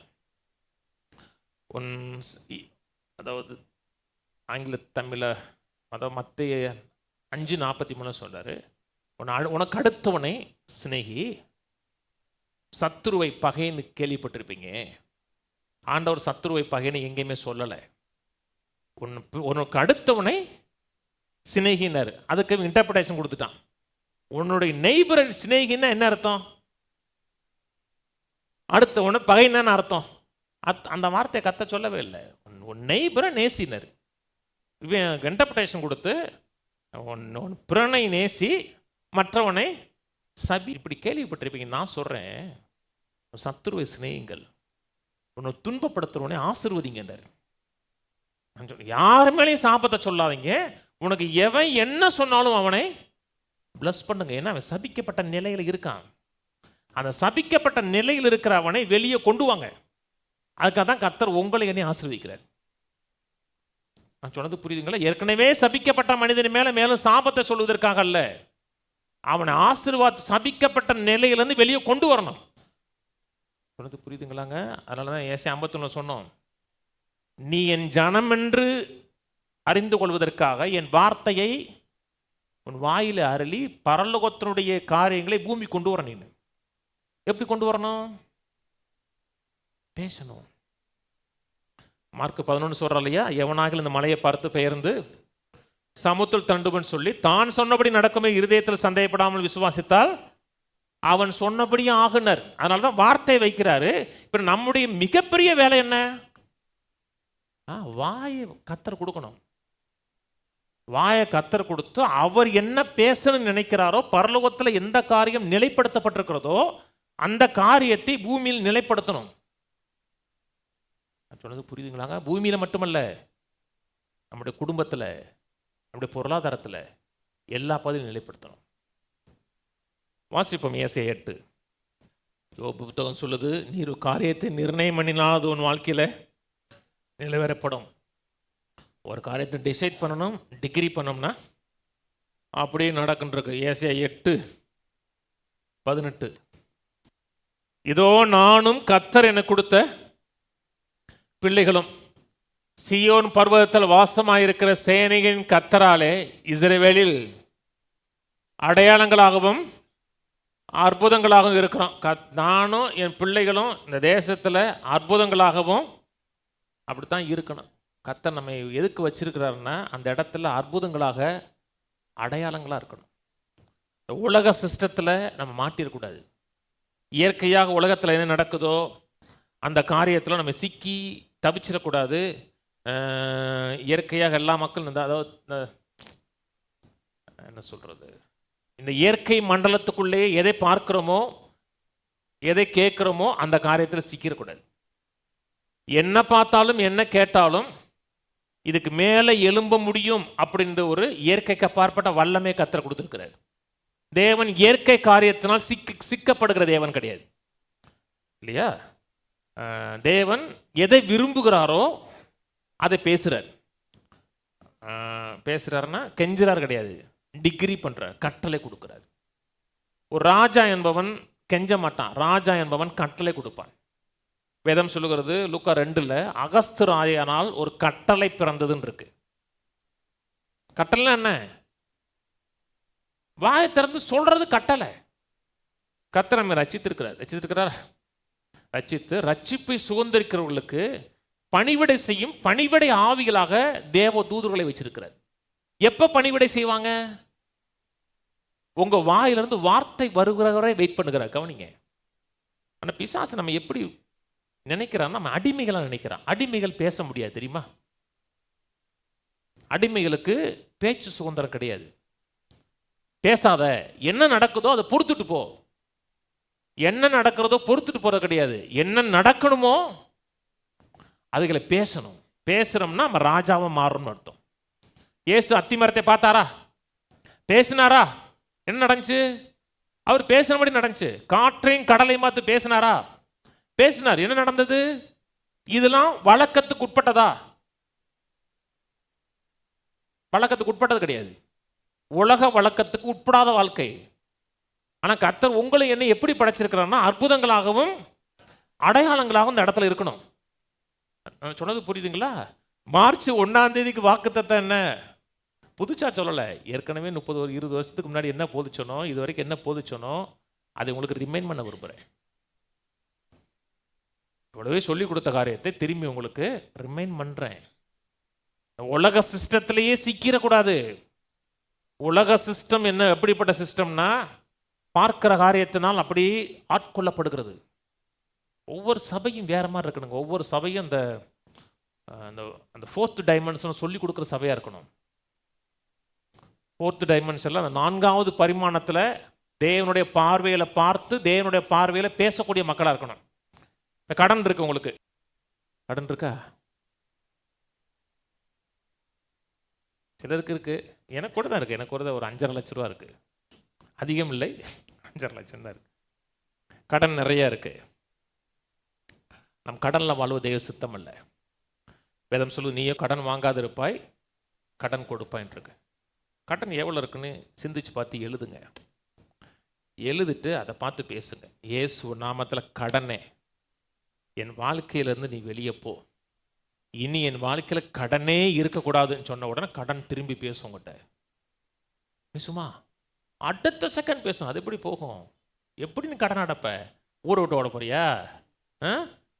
அப்படி அடுத்த செகண்ட் கடன் கூட பேசும். பேசுகிறோன்னா இயேசு நாமத்தில் வாயை மூடு. நான் என்ன பார்க்குறோனோ என்ன கேட்குறோனோ அதன்படி நான் வாழ போகிறோம் கிடையாது. நான் என்ன விசுவாசிக்கிறோனோ அதன்படி வாழ போகிறோன்னா அது வாயை கொஞ்ச நேரத்தில் அடைக்கிறோம். சொன்னது புரியுதுங்களா? அதனால தான் கர்த்தர் நம்மை ஆசீர்வதித்து ஆண்டு கொள்ள சொல்கிறாரு. எப்படி? அதுக்கு என்ன செய்யணும்னா நாக்கு முக்கியம். முதல்ல மனதை கொடுக்கணும், அப்புறம் வாயை கொடுக்கணும். இதுதான் சிஸ்டம். இந்த சிஸ்டத்தை விட்டு நம்ம வெளியே போயிட்டோம், ரொம்ப தூரம் வெளியே போயிட்டோம். எதை பார்க்குறோமோ எதை கேட்குறோமோ அந்த காரியத்தினால் நான் வடி கவரப்படுகிறோம், ஆட்கொள்ளப்படுகிறோம். இந்த பைபிளை நம்புங்க. இந்த பைபிளில் சொல்கிற காரியங்கள் நம்புங்க. உலகம் என்ன சொல்லுது அதை நம்பாதீங்க. ஒரு காணக்கூடாத ஒரு மண்டலம் ஒன்று இருக்கா? இருக்குது. நம்ம காண்கிற மண்டலத்தை பார்த்தோன்னா அப்படியே அதிர்ச்சி அடைஞ்சிரும். 2 ராஜாக்கள் 6ஆம் அதிகாரத்தில் எலிசாவை பிடிப்பதுக்கு சீரிய இராணுவம் வருது.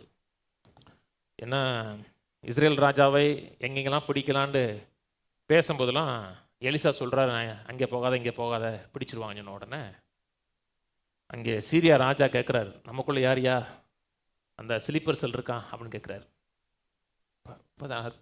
தானே பேசினாங்க, அதெல்லாம் பாட்டாங்க. இங்கே ஸ்லீப்பர் செல் இருக்கா, இங்கே ஸ்லீப்பர் செல்னாங்களே. நம்ம ஏரியாவில் யாரா ஸ்லீப்பர் செல்னு கேட்ட உடனே இங்கே ஸ்லீப்பர் செல்லாம் யாரும் இல்லை, அங்கே ஒருத்தர் இருக்கான், உன் பொண்டாட்டிட்டு நைட்டு பெட்ரூமில் ரகசியமாக பேசுகிற கூட சொல்லிடுவான்ட்டார். அப்புறம் அவனை தூக்கு அப்படின்னு தூக்குறக்கா நடுராத்திரியில் வர்றாங்க ஆர்மி. காலையில் எழுந்திரிச்சு பார்த்தோன்னா தங்கியிருக்க இடம் முழுக்க ஆர்மியெல்லாம் சுற்றி நிற்கும்போது வேலைக்கார சொல்கிறான், ஐயோங்கிறான், முடிஞ்சிருச்சு தூக்கிட்டாங்கண்ணா. இப்போ எலிசா சொல்கிறான், அந்த 4th டைமென்ஷன் போகிறாங்க, அவர்களோடு இருப்பவரை பார்க்கல நம்மோடு இருப்பவர்கள் அதிகங்கிறான். அவனுக்கு ஒரு துளி பயம் கிடையாதுங்க. அந்த காணப்படுகிற காரியத்தினால் அப்படியே அஃபெக்ட் ஆகவே இல்லை. அதனால தான் அந்த மனுஷன் வந்து சூப்பர் நேச்சராக வாழ்ந்தார்.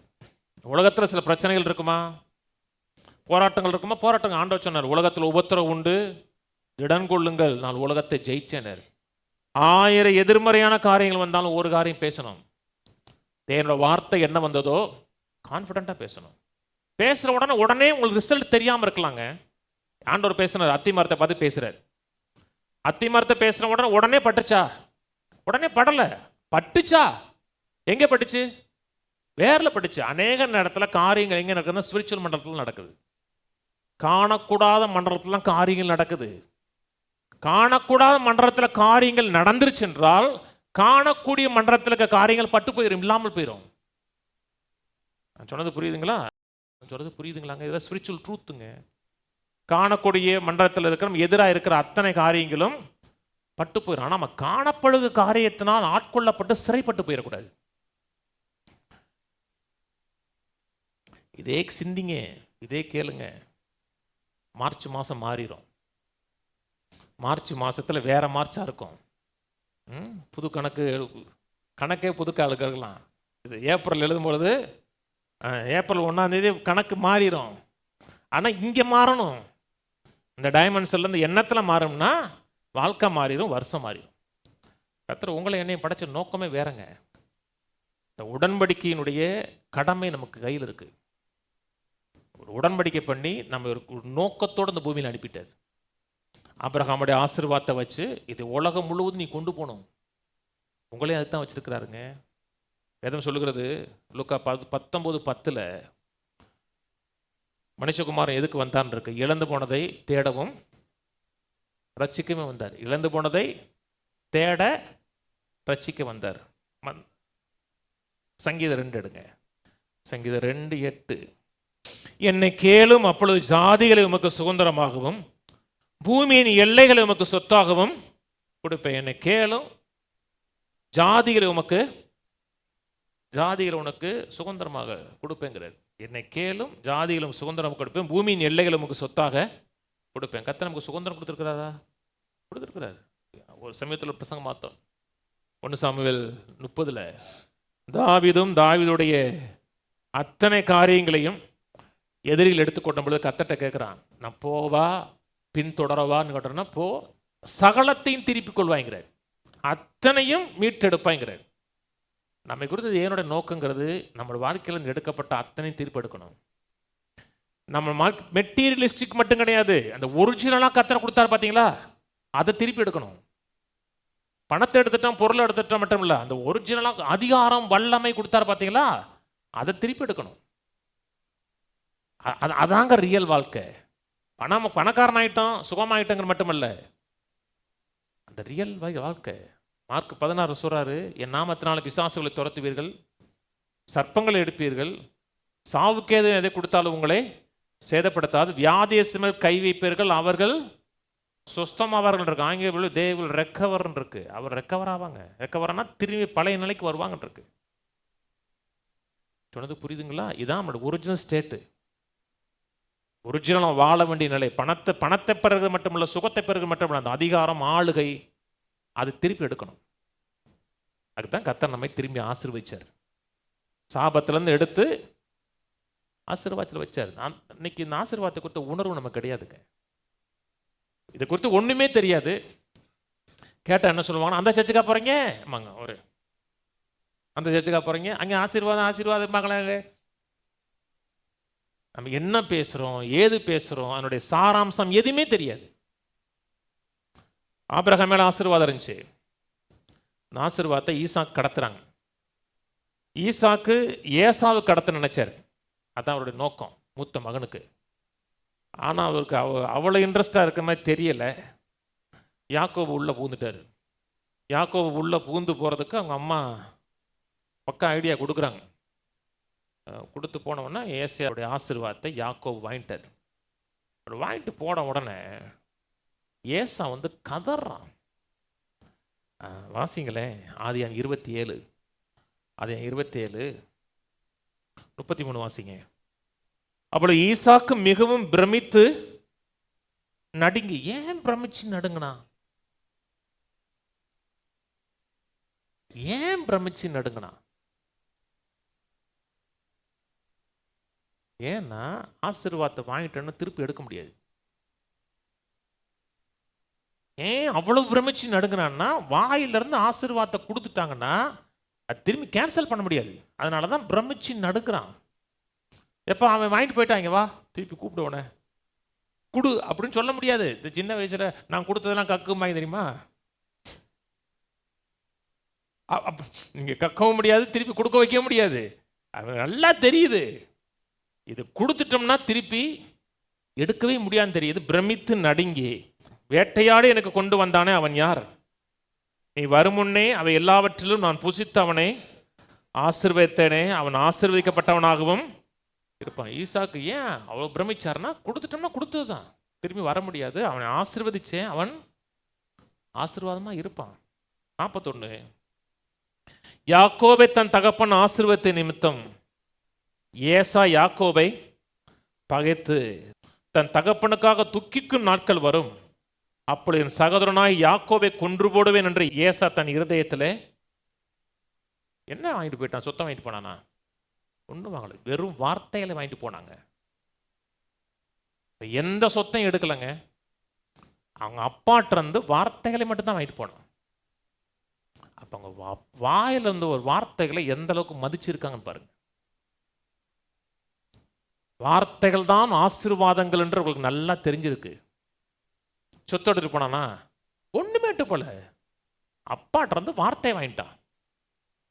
மக்களுக்கு அந்த தெளிவு தான் கிடையாதுங்க. நான் சொல்றேன், இன்னைக்கு கர்த்தர் உங்களை ஆசீர்வதிப்பார். கர்த்தர் உங்களை கீழாக்காமல் மேலாக்குவார். கர்த்தர் உங்களை வருகையிலும் போகையிலும் உங்களை ஆசீர்வதிப்பார். நீங்கள் கடன் வாங்க மாட்டீர்கள், கடன் கொடுப்பீர்கள். இது என்னது? எனக்கு ஒன்றும் தெரியலையா அப்படின்னா கிடையாது. வாயிலிருந்து ஒரு வார்த்தை வந்துச்சுன்னா அது ஆசீர்வாதம்.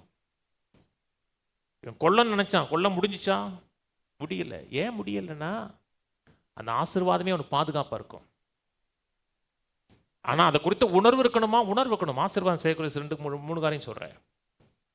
ஆசீர்வாதம் உங்களுக்கு ஒரு பாதுகாப்பை ஏற்படுத்தி கொடுக்கும், ஒரு ஃபென்ஸை ஏற்படுத்தி கொடுக்கும். யோபு வாழ்க்கையில் கர்த்தரை ஆசீர்வதிச்சதுனாலே சகல கிழக்கீத்திர் புத்திரலும் அவன் ஆசீர்வாதமாக தான். அதை குறித்த உணர்வு இருக்கிறவரை அந்த ஆசீர்வாதம் பெருகி போயிட்டே இருக்கு. பிசாசு கத்தரை பார்த்து சொல்கிறான், நீ ஆசீர்வதிச்சிருக்க வீட்டை சுற்றி வேலி அடைச்சி வச்சிருக்கிறேன், அவனுக்கு ஃபென்ஸ் போட்டு வச்சிருக்கிறேன். அந்த ஃபென்ஸை கரெக்ட்னது யாரு? பிரசங்க எடுப்போம். ஒரு பாதுகாப்பு வளையம் இருக்குங்க. ஆசீர்வாதம் இருக்குதுன்னா சொத்தை பெருக பண்ணுது. சொத்தை பெருக பண்ணுறது மட்டுமல்ல, அந்த சொத்தை பாதுகாக்கவும் செய்யுது. அந்த ஆசீர்வாதம் ஒரு ஒரு அக்கினி மாதிரி இருந்து பாதுகாக்குது. பிரசங்கி 10:8, படுகுழியை வெட்டுகிறவன் அதிலே விழுவான், அடைப்பை பிடுங்கிறவனை பாம்பு கடிக்கும். அடைப்புன்னா அந்த ஃபென்ஸை, அந்த வேலியை பிடுங்கிறவனை பாம்பு கடிக்கும். அடைப்பை யாரு பிடுங்கனா? யோபு பிடுங்கினார். கடிச்சதுதான் பாம்பு. நான் சொன்னது புரியுதுங்களா? அந்த அடைப்பை பிடுங்கினது யாரு? யோபு. ஆண்டவர் அடைப்பு வச்சிருந்தாரு பாம்பு வராத அளவுக்கு. அடைப்பை பிடுங்கினது யாரு? ஏவாளு. கர்த்தர் நம்ம ஆசீர்வதிக்கிற மட்டுமல்ல, ஒரு ஃபென்ஸ் அடிக்கிறார். அந்த அநேக நேரத்தில் அது எப்படி பிடுங்குறோம், ஏது இப்படி பிடுங்க அநேக நேரத்தில் தெரியலை. யோபு கேட்குறாரு, வீட்டில் படித்து பாருங்கள், யோபு 6:24, நான் எந்த இடத்துல தவறுன்னு எனக்கு சொல்லுங்கிறார். எந்த இடத்துல மிஸ் பண்ணிட்டேன் சொல்லுங்கிறார். எந்த இடத்துல மிஸ் பண்ணியிருக்காரு கர்த்தர் கூட சொல்லலை. நான் பைபிள் படிக்கணும்னு நமக்கு தெரியுது. கர்த்தர்கிட்ட கூட கேட்குறாரு, நான் எனக்கே நடந்துச்சு, என்ன நடந்துச்சு, கர்த்தர் பதிலே சொல்லலை அவருக்கு. திரும்பி ரெஸ்டோர் பண்ணுறாரு. வார்த்தையினால ஏதோ ஒரு இடத்துல அந்த வேலியில் அடப்பு விழுந்துருச்சு. அடப்பு விழுந்ததுனால சொத்து போச்சு, பிள்ளைகள் போயிட்டாங்க. ஆனால் திரும்பி கத்தட்ட வர்றார். அவர் கத்தரோட போயிடக்கூடாதுங்க. திரும்பி வர்றார். கத்தர் திரும்பி எல்லாவற்றையும் ரெக்கவர் பண்ணுறாரு. ஆசீர்வாதம் ஒரு வேலியை ஏற்படுத்தி கொடுக்குது, ஒரு பாதுகாப்பை ஏற்படுத்தி கொடுக்குது. ரெண்டாவது காரியம், மற்ற மக்களுடைய அனுபவத்தினாலும் அறிவினாலும் செய்ய முடியாதை ஆசீர்வாதம் உங்களை செய்ய வைக்கும். உலக மனித பல ஆண்டுகள் எக்ஸ்பீரியன்ஸில் தொழில் அனுபவம், அந்த அனுபவம் அப்படிம்பாங்க இல்லையா, அந்த அனுபவத்தில் செய்ய முடியாதை ஆசீர்வாதம் உங்களை செய்ய வைக்கும். அந்த அறிவை ஞானத்தை ஏற்படுத்தி கொடுக்கும். வீட்டில் படிங்க, யோபு 32 யோபு 32ஆம் அதிகாரம் 6ஆம் வசனம் 9ஆம் வசனம் வரை. யோபு 32 6-9 வரை. அது சொல்கிறாரு, எலியு சொல்கிறாரு, வயசானவங்களுக்கெல்லாம் என் அறிவு இருக்குன்னு பார்த்தேன், இல்லைங்கிறார். வயசானவங்களாம் பேசட்டும், எதோ நல்லா பேசுவாங்கன்னு பார்த்தேன், உட்காந்து கவனிச்சேன், ஒரு அறிவும் இல்லை. அப்போ வயசாக இருக்கிறதுனால அறிவு இருக்குன்னு சொல்ல முடியாது. சிலருக்கு இருக்குங்க, அனுபவத்தின் அடிப்படையில் அறிவு வருது கிடையாது. அறிவு எங்கேருந்து வருதுன்னா, பரிசுத்தரின் அறிவே அறிவு. அவர் உங்களுக்கு அறிவை ஏற்படுத்தி கொடுக்குறாரு. யோசேப்பு சின்ன பையன், போத்திபார் வீட்டுக்கு போகிறாரு. ஒரு அடிமை, கொஞ்ச நாள் அந்த வீட்டை நிர்வாகம் பண்ணுறாரு. அவர் எந்த ஸ்கூலில் போய் MBA படித்தார்? அப்போ MBA படிக்கக்கூடாதுங்கிறீங்களா? இல்லை, படிங்க. படிப்பறிவினால் வராததை தேவனுடைய ஞானத்தினால் செய்ய முடியும். படிப்பு அவசியமா? அவசியம். ஸ்கூலுக்கு போகணுமா? ஸ்கூலுக்கு போகணும். ஸ்கூலுக்கு போய் உங்கள் டீச்சருக்கு மேலே நீங்கள் பெரிய அறிவாளியாக மாறணும். அதெல்லாம் இல்லைன்னு சொல்லலை. எப்படி சொல்லுங்க, எனக்கு கற்றுக் கொடுத்தவர்களுக்கு மேலே நான் அறிவாளியாக மாறணுன்னு இருக்கு இல்லையா? நான் சொன்னது புரியுதாங்க?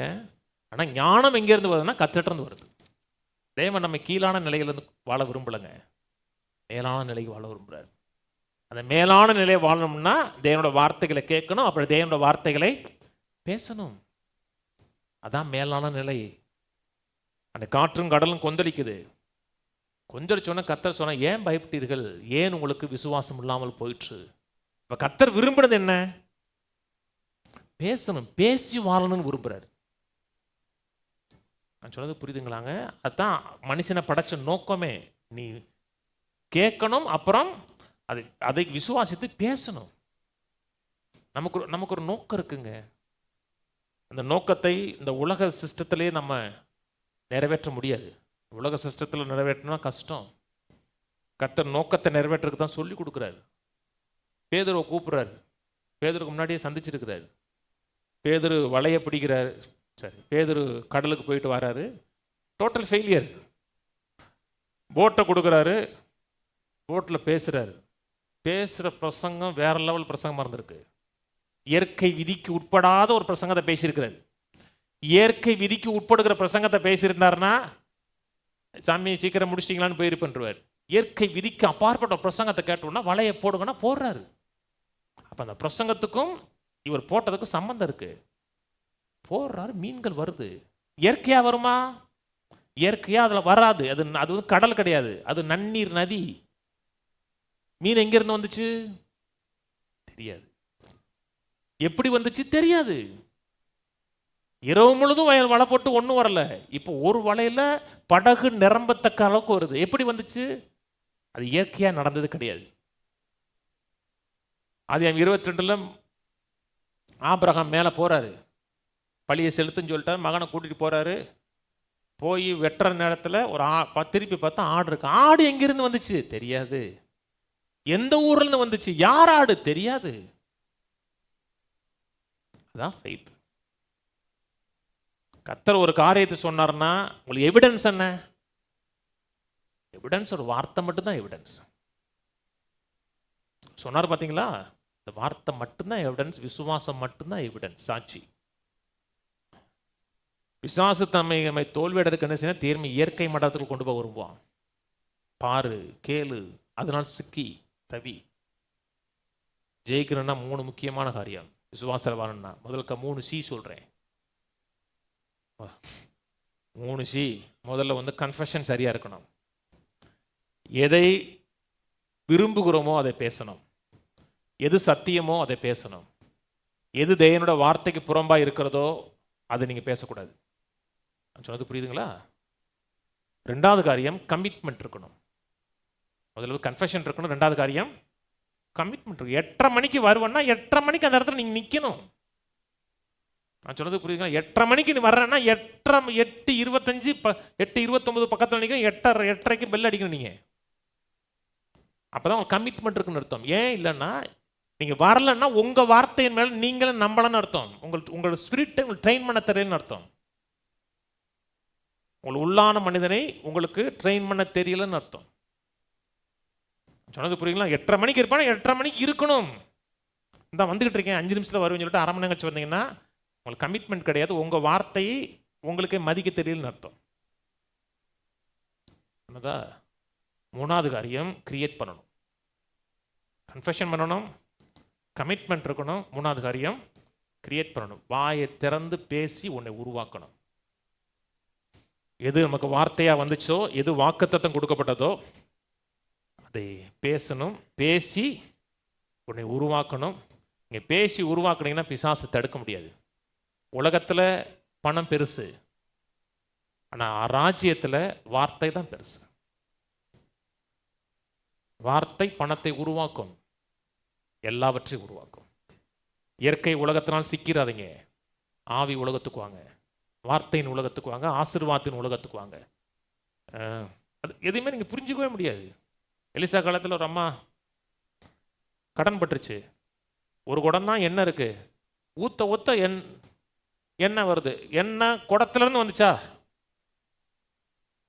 குடத்தின் மூலமாக வந்துச்சு. எங்கிருந்து வந்துச்சு? குடத்தின் மூலமாக தான் வந்துச்சு. குடத்திலிருந்து வரல, குடத்தின் மூலமாக வந்துச்சு. சில காரியம் விளங்காது. ஏன் சொல்கிறாரு மார்க் 11 நீங்கள் போங்க, ஒரு கழுதை கட்டியிருக்கோம், ஒரு கழுதையை பிடிச்சிட்டு வாங்குறாரு. போய் கேட்குறாங்க, கழுதையை கேட்குறாங்க, யாருக்கு வேணும்? ஆண்டவருக்கு வேணும்னா இது இயற்கை. நீங்கள் இங்கே போகிறீங்க, ஒருத்தர் பென்ஸ் கார் வாங்கி வச்சுருக்கிறாரு, போய் எடுக்கிறீங்க. யாருக்கு வேணும்? பாஸ்ட்டுக்கு வேணும். அப்படியா? கொண்டு போங்கம்மாண்ணா. யார் பாஸ்ட்டு? நீங்களே கொடுக்க மாட்டீங்க, யாருன்னே தெரியாதுங்க. ஏன்? இயற்கை மண்டலத்தில் வாழலை. இயற்கை மண்டலத்தில் இருந்தாலும் ஆவி மண்டலத்தில் எப்படி ஆப்ரேட் பண்ணுறாரு? ஆசீர்வாத மண்டலத்தில் ஆப்ரேட் பண்ணுறாரு. அப்படி வாழ்ந்தோம் என்றால் நிச்சயம் ஜெயத்தில் வாழலாம். சரிதானே? கர்த்தர் சாபத்திலிருந்து மட்டுமல்ல, ஆசீர்வாதத்தில் வாழும்படி தான் அழைத்திருக்கிறார். இந்த சிந்தையும் எண்ணமும் ஆளுகை செலுத்தட்டும். எழுந்து நிற்போம். கையில வந்து சொல்லுவோம், இயேசுவின் நாமத்தில் நான் தேவனுடைய மகனாய் இருக்கிறேன். தேவனை போலவே செயல்படும்படியாக தேவன் என்னை அழைத்திருக்கிறார். தேவன் என்னை கீழான நிலையில் அல்ல, மேலான நிலையில் செயல்படும்படியாக அழைத்திருக்கிறார். அப்படி வாழ்வேன், அறிக்கை செய்வேன், உருவாக்குவேன். ஆமென், ஆமென், ஆமென். ஜெபிப்போம். பிதாவே, உம்மை துதிக்கிறோம், சோதரிக்கிறோம், நன்றி செலுத்துகிறோம். நீர் எங்களுக்கு செய்திருக்க எல்லா விதமான கிருபைகளுக்காக, தயவுகளுக்காக நன்றி. அனுகூலங்கள், ஒத்தாசைகளுக்காக நன்றி. உடைய தயவுள்ள கரம் எங்கள் மேல் இருக்கட்டும். சாபத்திலிருந்து வெளியே கொண்டு வந்தது மட்டுமில்லாமல் ஆசீர்வாதத்துக்குள்ள வாழ வைத்திருக்கிறே. அந்த உணர்வும் எண்ணமும் சிந்தை எங்கள் ஆளுகள் செத்தட்டும். உடைய பரிசுத்த ஆவியானவர் கற்றுத்தருகிறதுக்காக நன்றி. வாழ உதவி செய்வீராக. ஆவி மண்டலத்தில் வாழ எங்கள் கற்றுத்தருவீராக. ஆவி மண்டலத்தின் நிஜங்களை காண்கிற மண்டலத்துக்கு கொண்டு வர உதவி செய்வீராக. பழப்பித்து தருவீராக, கற்றுக் கொடுப்பீராக. எங்களை யுத்தத்துக்கு பழக்க வைக்கிற கர்த்தர், எங்களை வெற்றிக்கு பழக்க வைக்கிறதுக்காக நன்றி. ஆசீர்வதியும் வழிநடத்தும் இயேசு நாமத்தில் பிதாவே, ஆமென். கர்த்தரா இயேசு கிறிஸ்துவுடைய கிருபையும் பிதாவாகிய தேவனுடைய அன்பும் பரிசுத்த ஆவியின் ஐக்கியமும் நம் அனைவரோடு கூட இன்றைக்கும் என்றைக்கும் கிறிஸ்துவின் வரியை மட்டும் இருப்பதாக. ஆமென். கர்த்தரோட ஆசீர்வதித்து எல்லா தீமைகளுக்கு விலக்கி காக்க கடவர். கர்த்தர் தம்முடைய தயவுள்ள முகத்தை உங்களுக்கு பிரகாசிக்க பண்ணி உங்க மேல் கிருபையாய் இருக்க கடவர். கர்த்தர் தம்முடைய முகத்தை பிரசன்னமாக்கி சமாதானம் கட்டளையிட கடவர். கர்த்தரோட ஆசீர்வதித்து ஜீவனோடு, சுகத்தோடு, தீர்காயுசோடு நீடித்த நாட்களால் உங்களை திருப்தியாக்குவாராக. ஆமென், ஆமென், ஆமென்.